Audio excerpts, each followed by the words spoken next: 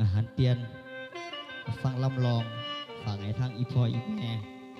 ฝากให้ลุงป่าเอาหลายบ้านหลายซองซองย้ำให้ย้ำหน้าสายลงฟองว่าน้องลืม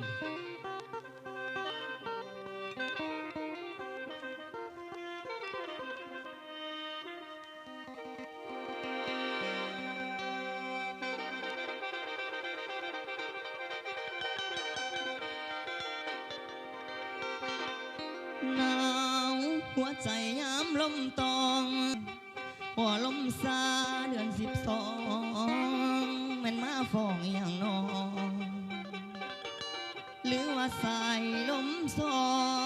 มาสุนกายแต่ละครั้งจังเย็นจอยเข้าใส่ใจดีน้อง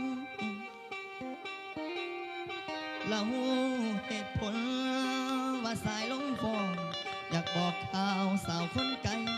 หรือมีไผเข้ามาแซงถูกเป็นแสงบนทางโค้งละอายจนงงมือเจ้าโทรมาเว้าว่าจบกันนอเฮาฟังคำเว้า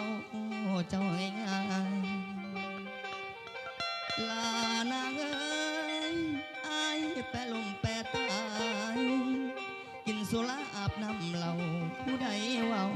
บ่ได้ยินละความหวังพังขาดสิ้นเหลือแต่กินความเจ็บความหนาวเหน็บในหัวใจไฟบ่พอช่วยสาวคนสวยเจ้าลืมอายน้องหักพี่ลีดายังจำได้เว้ากับพี่ลานางเอ้ยสัญญาไว้ว่าเดือนสิหาเงินมาแต่งน้องท้องคำพองใส่ของละสิ่งบ่ฝันอายกับพ่อเวลาเปลี่ยนใจคนตามมีคนสามเข้ามาแทนเอิ่นว่าแฟนนอแทนอายเบิดความหมายแล้วบ่สายคนนี้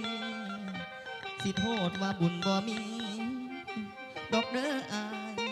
บ่โทษเพิ่นลานางเอ้ยเจ้าผู้แก้มเปิ้นวันโตอยู่ไกลใจห่างพร้อมอายยอมแพ้แก่เขา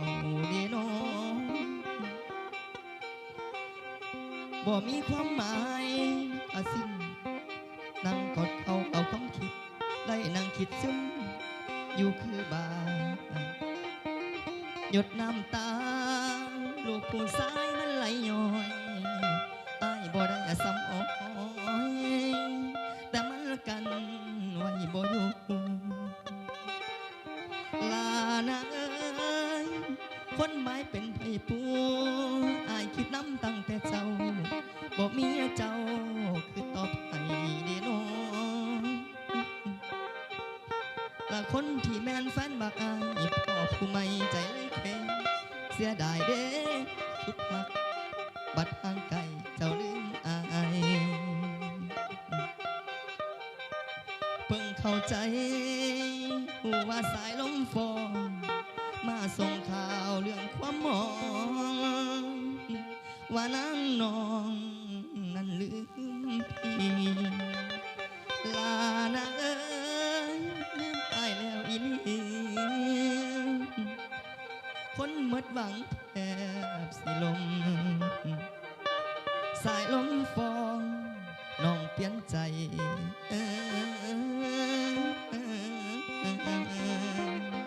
โอ้เดโนนี่ละนา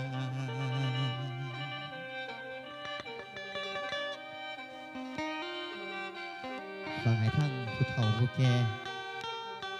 ฟังให้สำหรับคนที่ร้ายใจเป็นในก่อนล่ำลองสายลงฟองว่าน้องลืมฝากให้ทุกหมองทุกบอลเด้อ